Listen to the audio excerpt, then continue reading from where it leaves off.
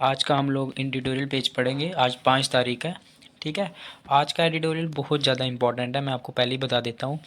ये जो एडिटोरियल है ना, ये फिल्म इंडस्ट्री को लेके भी अभी जो मतलब कंट्रोवर्सी चल रही है ना, जैसे पठान मूवी आ गई या जो भी कंट्रोवर्सीज चलती रहती हैं हिंदुओं को लेके या मुस्लिमों को लेके, मूवीज़ में जो भी दिखाया जाता है उसको लेके उसके रिलेटेड है, ठीक है। उन कंट्रोवर्सीज़ के रिलेटेड है। और मैं आपको बता देता हूँ, कोई भी स्टेट पीसीएस एग्ज़ाम हो, यूपीएससी सीएससी हो या फिर असिस्टेंट कमांडेंट का एग्ज़ाम हो, उसमें ऐसे क्वेश्चन आते हैं, ठीक है। मैं आपको बता देता हूँ, फिल्म इंडस्ट्री के रिलेटेड 2014 में असिस्टेंट कमांडेंट एग्ज़ाम में ऐसे लिखने को आया था, ठीक है, कि जो इम्पैक्ट है फिल्म इंडस्ट्री का वो क्या पड़ता है सोसाइटी पे। इसमें ये वो तो नहीं बताया, लेकिन ऐसे क्वेश्चन रिलेट करके एग्ज़ाम में आते हैं, ठीक है। तो मैं आपको भी लाइन बाय लाइन एक एक लाइन हिंदी में पढ़ाऊँगा, और डिफ़िकल्ट वर्ड मीनिंग के लिए आप अलग से नोटबुक रखना, वो आप नोट करते जाना। और प्लीज़ यार, पूरा वीडियो देखो, आपको पक्का समझ में आएगा। उसके बाद खुद जाके इसको पढ़ो, आपका रीडिंग हैबिट भी अच्छा होगा और आपको अच्छे से अंडरस्टैंड होगी चीज़ें, और आप लिख पाओगे एग्ज़ाम में, आंसर राइटिंग कर पाओगे, ठीक है। तो चाहे कोई हिंदी मीडियम का है, इंग्लिश मीडियम का है, इन वीडियोस को देखो और मेरे प्रीवियस लेक्चर्स को भी देखो, आपको हेल्प मिलेगी। एडिटोरियल पेज बना ही आंसर राइटिंग के लिए है, ठीक है, आपको मटेरियल मिलेगा लिखने के लिए। अभी स्टार्ट करते हैं, टाइम वेस्ट नहीं करेंगे। चैनल को प्लीज़ यार सब्सक्राइब कर दो, थोड़ा सपोर्ट करो, बेल आइकॉन को दबा दो, और जो भी नया वीडियो आएगा उसका नोटिफिकेशन आपको मिल जाएगा। और यार थोड़ा शेयरिंग वगैरह कर दो, ठीक है। अभी हम लोग स्टार्ट करते हैं, ठीक है। आज का हेडिंग क्या है? An open letter to the Indian film industry, मतलब इंडियन फिल्म इंडस्ट्री को एक ओपन लेटर दिया मिला है या दिया गया है, या फिर फिल्म इंडस्ट्री के लिए एक ओपन लेटर है, ठीक है। अब इसमें पढ़ते हैं क्या है। बिल्कुल, इसमें पहले रेफरेंस होगा, इंट्रोडक्शन होगी, फिर मिड मिड का पार्ट होगा और फिर कंक्लूजन होगा लास्ट में, जैसा कि आपको आंसर राइटिंग में लिखना है। या फिर जिसको न्यूज़पेपर समझ में नहीं आता है उसके लिए भी ये सेक्शन जो सेशंस चल रहे हैं ना, ये इंपॉर्टेंट है, ठीक है। स्टार्ट करते हैं। In 1938 Charlie Chaplin started work on the great dictator. Even though it critiqued the Nazis, Chaplin was forced to self-sponsor, direct and write the project himself because most mainstream Hollywood studios were hesitant to disrupt ties to the German finance or risk making an overtly political project. अभी मैं आपको समझाता हूँ। 1938 में चार्लिन Chaplin ने एक मतलब movie पे काम किया, उसका नाम था ग्रेट डिक्टेटर, ठीक है। ये किसको क्रिटिसाइज करती थी? नाजीज को। अब मैं आपको बता देता हूँ नाजीज क्या होते हैं। नाजीज क्या होते हैं? जो मतलब ब्रिटेन में जो उस टाइम पे जो हुकूमत थी ना, जॉस हिटलर के टाइम पे, उनको नाजीज बोलते हैं। तो उन लोगों को ये क्रिटिसाइज करती थी, ठीक है। Chaplin was force to self sponsor, और उसने खुद उसको स्पॉन्सर किया मूवी को, डायरेक्ट भी खुद किया, राइट भी खुद किया हिमसेल्फ। क्योंकि जो because most main stream Hollywood Studios, जो कि मेन हॉलीवुड स्टूडियोज़ थे ना, वो थोड़ा घबरा रहे थे अपने, थोड़ा डिसरप्ट होता है किसी के साथ संबंध तोड़ने को लेके जर्मन फाइनेंस के साथ, ठीक है।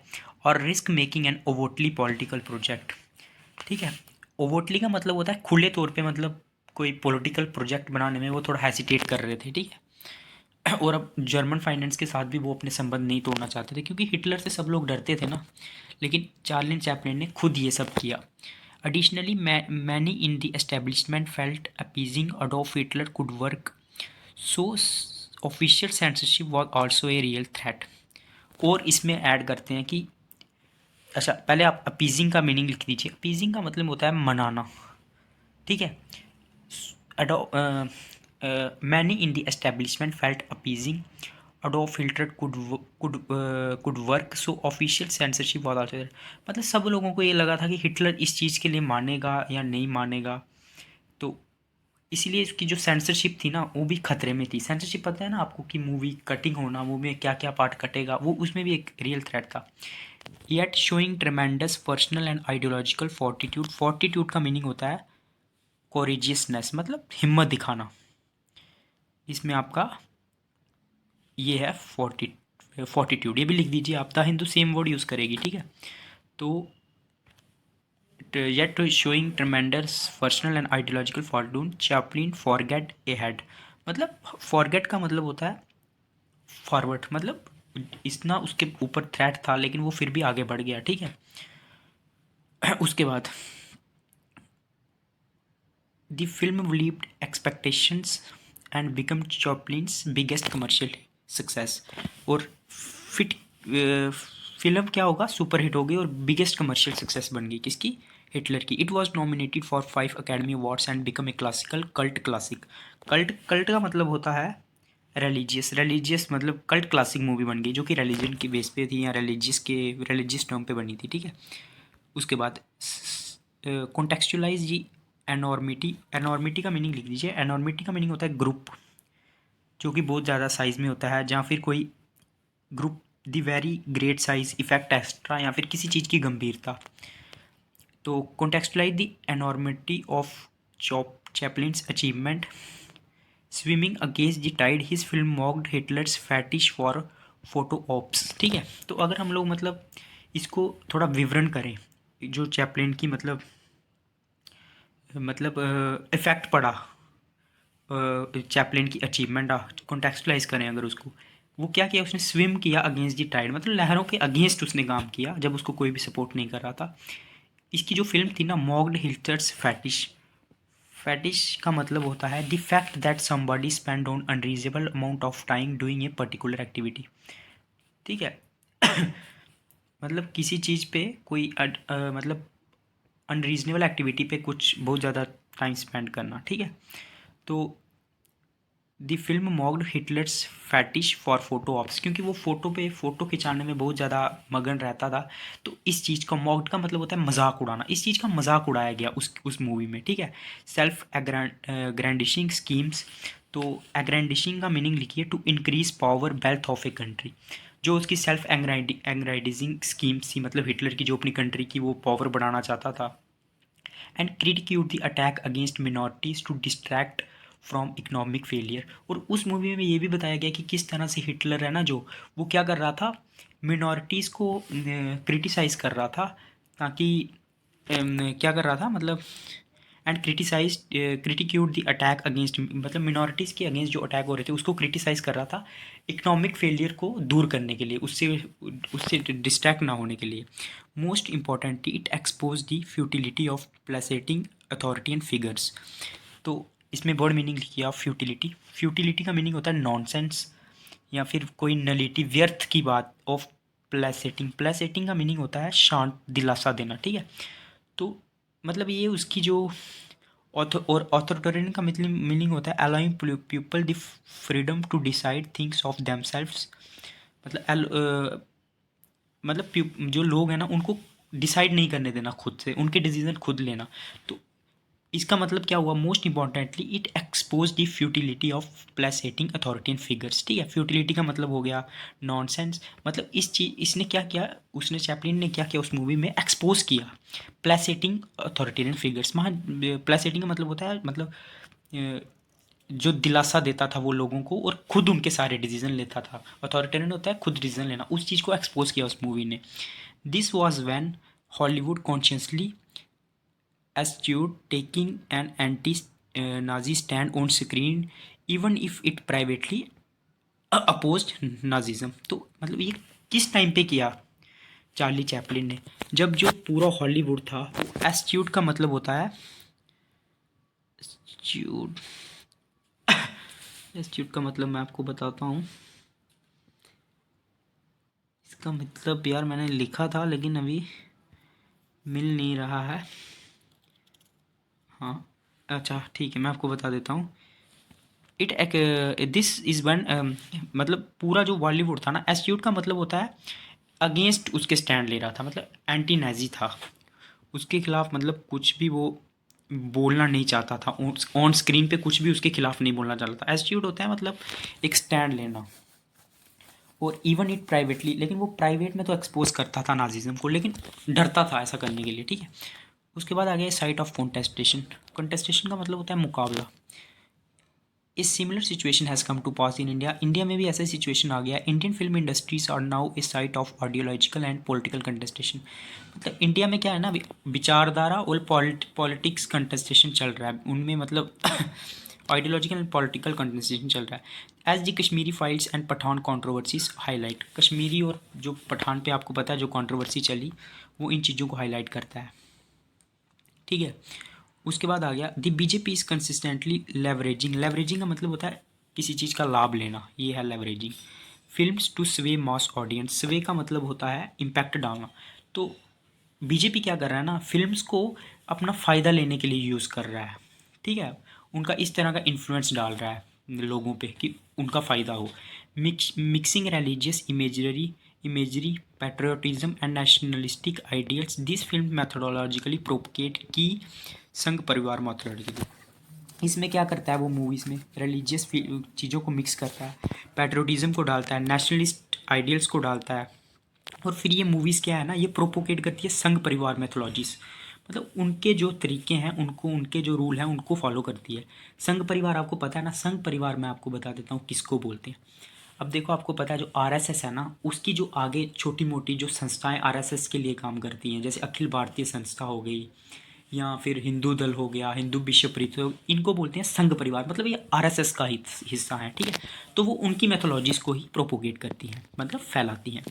The importance given to this endeavour, endeavour का मतलब होता है प्रयास करना, ठीक है, ट्राई करना, is demonstrated by the fact that no less than the prime minister had multiple meetings with key film industry stakeholders। मतलब the importance given to this endeavour, मतलब इसको हम इतना, इस प्रयास को हम लोग इतना इम्पोर्टेंस क्यों दे रहे हैं, ये दर्शाता है, is demonstrated by the fact that no less than, prime minister ने खुद ही, मतलब जो पीछे अभी मल्टीपल मीटिंग्स की है फिल्म इंडस्ट्री को, इस चीज़ को ये दिखाता है कि बीजेपी किस तरह से मतलब फ़ायदा लेती है, पॉलिटिकल पार्टीज किस तरह से फ़ायदा लेती हैं फिल्म्स का अपनी पार्टी का प्रमोशन करने के लिए। Is an effort to prod them into producing national building films, मतलब इतनी मीटिंग कर रहे हैं प्राइम मिनिस्टर स्टेक होल्डर्स के साथ, वो किसके लिए एफर्ट कर रहे हैं, ताकि वो नेशनल बिल्डिंग फिल्म्स को बना सकें जो उनका प्रोपोगंडा चलाए। There has also been a concerted effort to suppress projects which do not fit the BJP's vision of and or for India। तो जो वो ऐसे कंसर्टेड का मतलब होता है ठोस, मतलब मजबूत, मतलब बीजेपी क्या है ना, एक मतलब मजबूत एफर्ट लगाती है, उन प्रोजेक्ट्स को बनने नहीं देगी जो बीजेपी के आइडियोलॉजी के खिलाफ है। कॉन्सिक्वेंटली बेयरिंग सम, बेयरिंग का मतलब होता है एक्सक्लूडिंग, अब इन्होंने एक्सक्लूडिंग यूज़ नहीं किया, बेयरिंग यूज़ किया ये। कॉन्सिक्वेंटली इसका परिणाम क्या है, excluding some notable exceptions, Indian film fraternity consciously self censor itself, hoping to ride this storm. तो अब क्या हो गया ना, इसका परिणाम क्या हो गया ना, जो इंडियन फिल्म इंडस्ट्री ना वो खुद से ही सेल्फ सेंसर हो गई है, मतलब उनको पता है कि हमको क्या चीज़ बनानी है और क्या चीज़ नहीं बनानी है, ठीक है।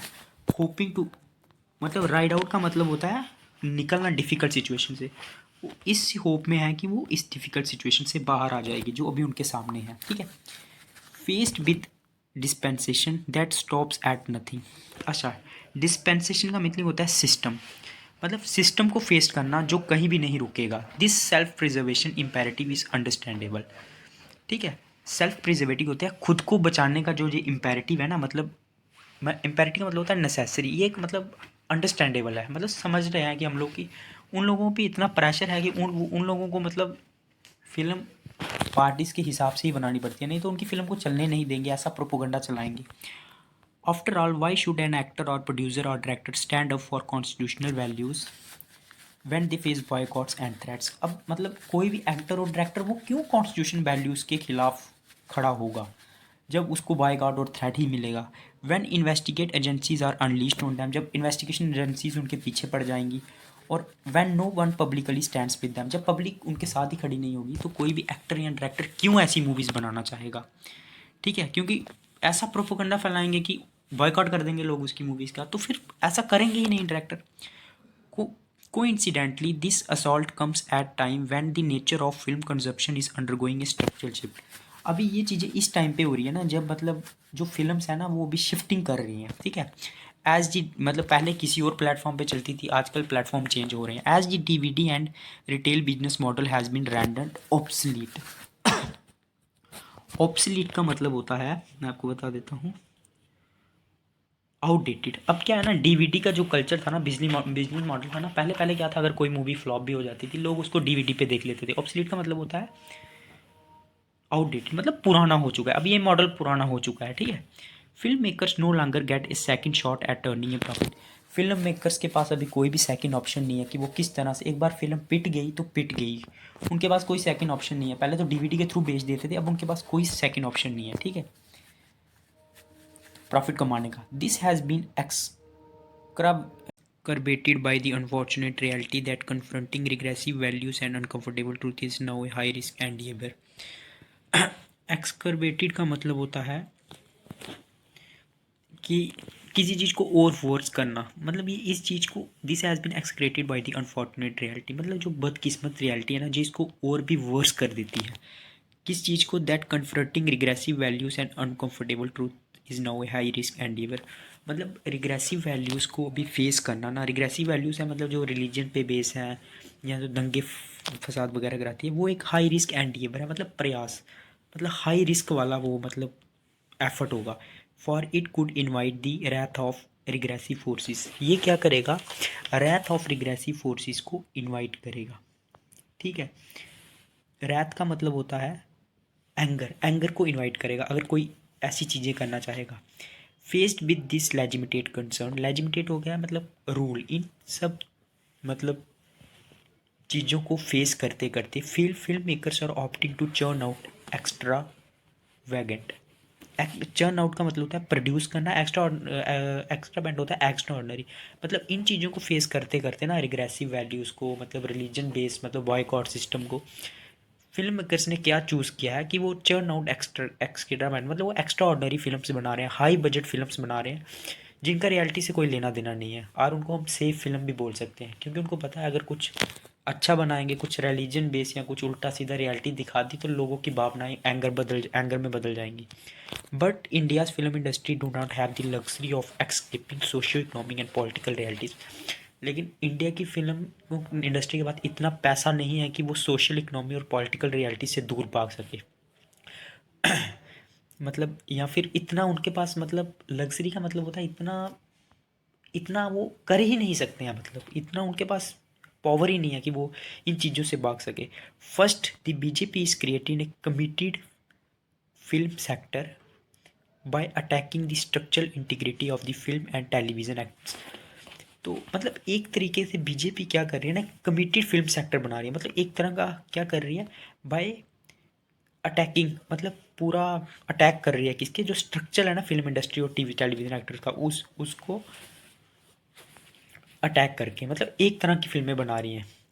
Bye marshalling the full resource of the state, the merging of four film media units, ignoring criticism from the industry, subsidizing projects of aligned filmmakers, the censor board withholding clearance extra, and coaxing its core vote bank to support films that pander to its political and ideological projects, the BJP's gerrymandering the market. एक line by समझाता हूँ। Marshalling का मतलब होता है join करना। जैसे आपको पता है अभी फोर फिल्म, मतलब फोर जो फिल्म्स के यूनिट थे ना, उनको बीजेपी ने मर्ज कर दिया था। ये नहीं देखा, इग्नोर कर दिया कि कोई फिल्म इंडस्ट्री से भी क्रिटिसिज्म मिलेगा। Subsidising projects of aligned film makers, मतलब उन प्रोजेक्ट्स को पैसा भी देती है जो उनकी जो आइडियोलॉजी है उसको बढ़ाते हैं, या उनके साथ जो मिले हुए हैं। Sensor board with holding clearance भी अपने पास रखती है। And coaxing it's bore bank, coaxing का मतलब होता है मनाना, मतलब इन्फ्लुएंस कर रही है अपने जो उनके कोर बोर्ड बैंक है, वो सपोर्ट करें उन फिल्म्स को जो उनकी पॉलिटिकल आइडियोलॉजीज को दिखाते हैं। दी बीजेपी इज गैरीमैंडरिंग द मार्केट। गैरीमैंडरिंग का मतलब होता है डिवाइड करना। This is partly bye films like the Kashmir files and Tanaji did well commercial. इसी की वजह से जो कश्मीर फाइल्स और तानाजी है ना, वो फिल्म अच्छी चली। क्यों? क्योंकि बीजेपी ने उसको बहुत प्रोपोगंडा किया और सपोर्ट किया। Second, progressives are targeted not just for their project choices. यार प्रोग्रेसिव्स और रिग्रेसिव का मीनिंग समझ लो। रिग्रेसिव हो गया जो राइट विंग वाले आदमी हैं, जो रिलीजन एक पर्टिकुलर धर्म को सपोर्ट करते हैं, जो चेंजेस नहीं चाहते हैं कोई। और प्रोग्रेसिव क्या, जो चेंजेस चाहते हैं, जो सेकुलर है। अब उनके बारे में लिखा है। सेकंड, जो प्रोग्रेसिव्स आर टारगेटेड, जो प्रोग्रेसिव लोग हैं, not for their project choices but they descend from the BJP. उनको इसलिए टारगेट नहीं किया जा रहा है, सिर्फ प्रोजेक्ट्स के लिए टारगेट नहीं किया जा रहा है कि वो ऐसे प्रोजेक्ट बना रहे हैं जो उनके प्रोपोगंडा के खिलाफ हो। और बिकॉज दे डिसेंट, या फिर वो मतलब बीजेपी के जो डिसेंट का मतलब होता है मतभेद, जहाँ जो विधे पीछे मतभेद रखते हैं, या फिर इसलिए उनको टारगेट नहीं किया जा रहा है, बट दे प्रेजेंट। लेकिन जो इंडिया वो मतलब जो वो दिखा रहे हैं इसीलिए उनको क्रिएट किया जाता है। And India where you could succeed no matter who are you are where you come from. ठीक है, मतलब वो इस तरह का इंडिया दिखा रहे हैं कि आप इंडिया में सक्सीड कर सकते हैं, चाहे आप कहीं कहीं से भी आओ या फिर कहीं कोई भी हो आप। Motivated by their ideological imperatives this regressive forces need to constantly reinforce two things to their core vote bank. तो इस तरह की जो आइडियोलॉजी से मोटिवेट होके this regressive forces need to constantly reinforce two things to their core vote bank. उन लोगों को क्या है ना, सिर्फ दो ही चीज़ों को ज़रूरत है लागू करने के लिए उनके वोट बैंक के लिए, namely that broad minded outspoken and disruptive film makers can not shape India's image of itself. मतलब वो इस तरह का दिखाएंगे कि जो ये डिसरप्टिव जो मतलब उनसे मतभेद रखते हैं ना जो फिल्म मेकर, वो इंडिया की इमेज को नहीं दिखा रहे हैं। Not they have equal space in, ना कि उनका कोई फिल्म इंडस्ट्री में इक्वल स्पेस है मिलेगा।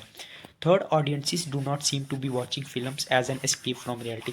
और ऑडियंस भी वो फिल्में देखना नहीं चाहती हैं जो उनके आइडियोलॉजी के खिलाफ हैं, जहाँ मतलब वो रियलिटी से भाग रही हैं। एंड आइडियोलॉजिकली कैप्टिव ऑडियंस मतलब जो किसी आइडियोलॉजी को सपोर्ट करती है is seemingly endorsing films that mirror what they are force fed daily through the electronic and digital media. और जो किसी आइडियोलॉजी को सपोर्ट करती है ना मीडिया, वो क्या कर रही है ना, उन फिल्म्स को प्रमोट कर रही है जो वो देखती है सोशल मीडिया के थ्रू, या जिस चीज़ों को वो प्रमोट करती है डिजिटल मीडिया पे। This is not just act of solidarity with populist mythologies connected to national, religious, and community pride. It also enables them to exert illusionary control over what those they don't agree with. तो ये मतलब एक सिर्फ propaganda फैलाने का काम नहीं है।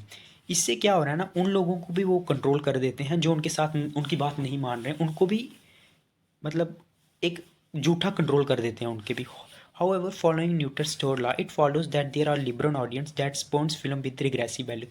लेकिन कुछ लिबरल लोग भी हैं जो घृणा करते हैं उन फिल्म से जो रिग्रेसिव वैल्यू दिखाती हैं, मतलब जो रिलीजन बेस्ड हों या कुछ रिलीजन के खिलाफ हों। This is by films like Prithviraj, Dhaakad, Manikarnika का एक्स्ट्रा टर्न टैंड। इसी की वजह से लिबरल लोग भी तो हैं, तभी तो ये पृथ्वीराज जैसी फिल्में फ्लॉप हो गई despite the initial lag of they got from the BJP. हालांकि बीजेपी से उनको अच्छा खासा सपोर्ट मिला था। If viewership trends on OTT and digital from platforms और एनीथिंग टू गो बाय। मतलब जो OTT और डिजिटल प्लेटफॉर्म्स पे जो व्यूअरशिप मिलती है, अगर हम उस चीज़ से गुजरे, silent majority is desperate for films that do not propagate communal casteist xenophobic racist and undemocratic values. मतलब कुछ ऐसी साइलेंट ऑडियंस भी है जो ऐसी फिल्में देखना पसंद नहीं करती हैं, मतलब उन ऐसी फिल्में देखना पसंद करती हैं।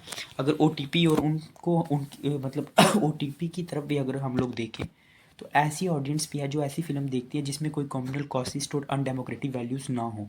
In this reading, films that objectively and sensitively address social, economic, and political realities can succeed commercially। तो इस इन सब बातों से हम ये जान सकते हैं कि जो सोशल, इकोनॉमी और रियलिटीज़ दिखाती हैं वो भी कमर्शियली सक्सीड कर सकती हैं। कैन सक्सीड मतलब कर सकती हैं। जैसे आर्टिकल 15 हो गई, सरदार उधम सिंह हो गई, मुल्क हो गई। ठीक है। Similarly films on the farmers students movement that the live realities of women, Sikhs, Muslim, Christian, Kashmiri pandit, OBCs, Adivasis and Dalit and India's multiple success since 1947। मतलब अब देखो यार, जो पुरानी फिल्में बनती थी मुस्लिम पे जो अत्याचार होते थे, सिख्स पे, वुमेन्स पे, वो काफ़ी ज़्यादा इंडिया के लिए मतलब मल्टीपल सक्सेसेस रही हैं। Could resonate with and bind India to neck कहते हैं। ऐसी फिल्में क्या है ना, लोगों को जोड़ती हैं एक दूसरे से। कुड रेजोनेट विद मतलब रेजोनेट का मतलब होता है संबंध रखना, और लोगों को जोड़ती है। एडमिटेडली एक्चुअलाइजिंग दिस रिक्वायर्स करेज। और इन जैसी फिल्में बनाने के लिए करेज भी चाहिए। But the film fraternity too needs to realise that it is an equal partner in fostering a national consciousness. लेकिन फिल्म इंडस्ट्री को ये भी मानना पड़ेगा कि वो खुद भी जिम्मेवार है। ठीक है, ये सब चीज़ें जो हुई हैं इसके लिए फिल्म इंडस्ट्री भी थोड़ा बहुत जिम्मेवार है, ये भी उनको मानना पड़ेगा। ठीक है। उसके बाद आ गया while it does not need to wade into polarise political debates, मतलब उसको ज़रूरत नहीं है कि वो पॉलिटिकल डिबेट्स वगैरह में पढ़ें जो कि डिवाइड करने का काम करते हैं। It can use it's craft in defence of over share values, लेकिन जो उसके पास हथियार है फिल्म बनाने का वो यूज़ कर सकती है हमारी शेयर्ड वैल्यूज़ को बताने के लिए। मतलब जो लोग कॉमन जो चीज़ें सोचते हैं, unless it spearheads films and serials that remind us to preserve our humanity.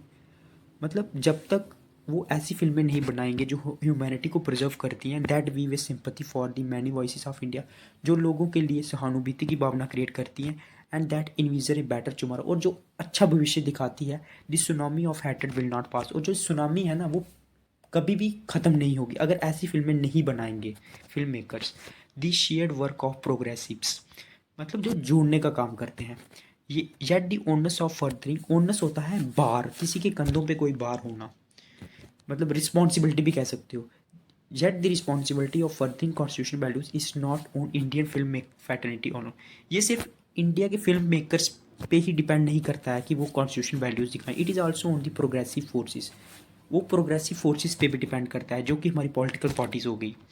Given how insidiously regressive forces are colonizing the minds of our fellow Indians, मतलब कंसीडरिंग, मतलब देखना कि किस तरह से जो रिग्रेसिव फोर्सेस है ना वो क्लोनलाइज कर रही हैं इंडियन माइंड्स को, मतलब उनको कंट्रोल कर रही हैं। All progressives needs to support each other in this normative battle for India, जो भी प्रोग्रेसिव फोर्सेस है ना ये सब देखते हुए उनको क्या करना चाहिए, एक दूसरे को सपोर्ट करना चाहिए। We need to propagate our share values, हमें अपनी शेयर वैल्यूज़ को फैलाना चाहिए creatively, because how high sounding appeals to,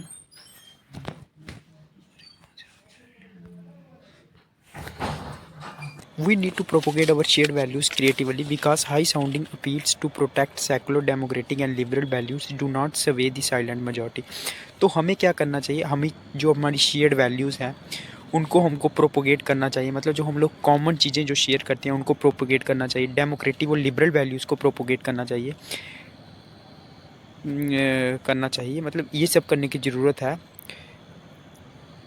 क्योंकि हमें शेयर्ड वैल्यूज़ को इसीलिए प्रोपोगेट करना चाहिए क्योंकि जो अपील्स है ना, जो सेकुलर डेमोक्रेटिक और लिबरल वैल्यूज़ को बहुत, इनका कोई ज़्यादा असर नहीं पड़ेगा साइलेंट मेजॉरिटी पे, ठीक है, जो कि चुप रहने वाले लोग हैं। Furthermore given the state of a section of India's media we need to open up new fronts, मतलब अगर हम अभी की स्टेट देखें जो इंडियन मीडिया की, जो सिर्फ गवर्नमेंट को सपोर्ट करती है, हमें दूसरे मोर्चे खोलने की भी ज़रूरत है, हम लोग सिर्फ मीडिया पे डिपेंड नहीं हो सकते। We need to open and open new fronts unless we display politico cultural dynamics the BJP will keep changing its goal post. अगर हम लोग, जब तक हम लोग पॉलिटिको कल्चरल डायनामिक्स को प्रोपोगेट नहीं करेंगे, बीजेपी अपना गोल पोस्ट चेंज करती रहेगी और न्यू कल्चरल वॉर्स लगाती रहेगी लोगों के बीच, और liberals will struggle to catch up to, और लिबरल्स जो है ना वो इन सब चीज़ों को कैच नहीं कर पाएंगे, ठीक है।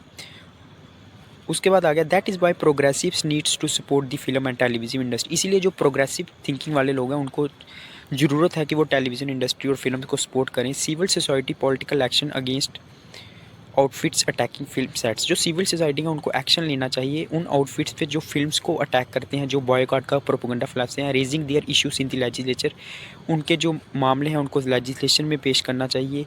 The media and the judiciary, media और जुडिशरी में भी इन मामलों को बताना चाहिए। And establish new platforms and means of support are just few ways in which Indian film industries can be tangibly supported, और कुछ और भी ऐसे माध्यम्स हैं जो फिल्म इंडस्ट्री को सपोर्ट कर सकते हैं हम लोग इस तरीके से। B M Ambedkar had argued that constitutional morality is not a natural sentiment, मतलब ये कोई कॉन्स्टिट्यूशन की जो मोरालिटी है जो उसका कोई नेचुरल स्वभाव नहीं है, इसको हमें कल्टिवेट करना पड़ेगा, बताना पड़ेगा। Seen in this light it is incumbent, incumbent का मतलब होता है depend on progressives to collaborate in the cultivation of mass emotions. तो ये मतलब किस पे प्रोग्रेसिव लोग हैं जो उन पे डिपेंड करता है, जो मतलब सेकुलर लोग हैं, सेकुलर थिंकिंग रखते हैं, लिबरल्स लोग हैं, कि वो कोलैबोरेट मतलब एक साथ आएँ और इन the cultivation of mass emotions, मतलब लोगों के जो इमोशंस हैं उनको कल्टिवेट करने का काम करें, जोड़ने का काम करें। Doing this would mean influencing social consciousness to soaring political rhetoric का मतलब होता है भाषण देना, डिसरप्टिव मूवमेंट्स लाइक भारत जोड़ो यात्रा and the strategic use of popular culture. इसका मतलब ये है कि हम लोग भाषणों से या फिर जो भारत जोड़ो यात्रा है या फिर इन सब चीज़ों से हम लोग ये सब चीज़ें कर सकते हैं, सोशल कॉन्शियसनेस है उसको कैप्चर कर सकते हैं। नाउ बी स्टैंडिंग का मतलब हो गया in spite of the attack on Indian constitutional edifice, मतलब जो वी मस्ट रिकॉग्नाइज, मतलब in spite of attack on, मतलब अटैक जो हो रहा है इंडियन कॉन्स्टिट्यूशन के ढांचे पे, हमें ये रिकॉग्नाइज करना चाहिए ये एक मूवमेंट भी है पॉसिबिलिटीज़ का साथ में, ठीक है, टू रीडिज़ाइन अवर ऑपरेशनल मैथोडोलॉजीज, ताकि हम अब जो अपने जो तौर तरीके हैं उनमें उनको चेंज कर सके, रीडिज़ाइन कर सके, टू शेड आइडियोलॉजिकल इन्फर्मिटीज़ का मतलब होता है वीकनेस, जो हमारी आइडियोलॉजिकल वीकनेस है ना उसको दूर कर सके, एंड क्रिएट मोर लिबरल, और ज़्यादा लिबरल्स को, जो मतलब खुले ओपन लोग हैं, उन लोगों को मतलब हर चीज़ एक्सेप्ट करते हैं, जो ये नहीं है कि एक ही रिलीजन को सपोर्ट करते हैं, उनको हम लोग और लोगों को इस लिबरल बना सकते हैं। Just and compassionate India, compassionate मतलब दयालु इंडिया को बढ़ावा दे सकते हैं, काइंडनेस को बढ़ावा दे सकते हैं। यार ये आज का एडिटोरियल था, अगर आपको अच्छा लगा है चैनल को सब्सक्राइब कर देना यार, प्लीज़ लाइक कर देना, शेयर कर देना, और अगर आपकी कोई सजेशन हो, कमेंट हो,